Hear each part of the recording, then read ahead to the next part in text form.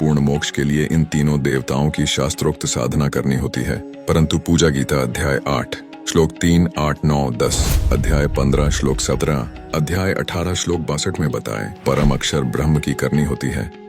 परम अक्षर ब्रह्म को गीता अध्याय 8 श्लोक 9 तथा अध्याय 15 श्लोक 17 में गीता ज्ञान देने वाले प्रभु ने अपने से अन्य बताया है तथा कहा है कि उत्तम पुरुष यानी पुरुषोत्तम तो मेरे से अन्य है, वही सबका धारण पोषण करने वाला अविनाशी परमेश्वर है।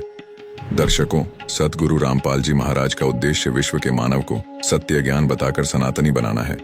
संत रामपाल जी कहते हैं कि हमारा पिछला इतिहास बताता है कि पहले केवल एक आदि सनातन पंथ अर्थात धर्म था। उस समय सतयुग में मानव समाज शास्त्रोक्त साधना करता था। पांचों वेदों ऋग्वेद, यजुर्वेद, सामवेद, अथर्ववेद तथा सूक्ष्म वेद शास्त्र थे। 4 वेद ब्रह्मा जी को मिले, उनमें संपूर्ण अध्यात्म ज्ञान नहीं था। परम अक्षर ब्रह्म सत्य युग में लीला करने के लिए शिशु रूप धारण करके आए। बड़े होकर सूक्ष्म वेद का प्रचार किया।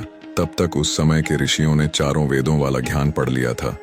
सूक्ष्म वेद वाला कुछ ज्ञान 4 वेदों में न होने के कारण उसको गलत माना, इसलिए सूक्ष्म वेद को धीरे धीरे छोड़ दिया।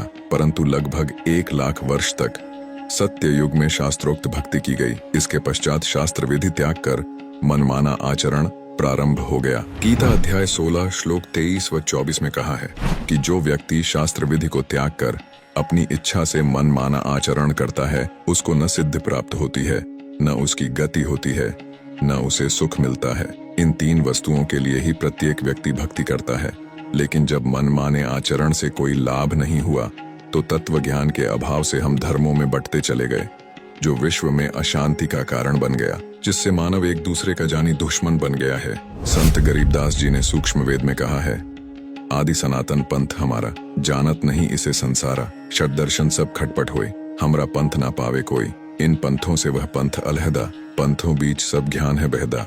कैसे हुआ सनातनी पूजा का अंत?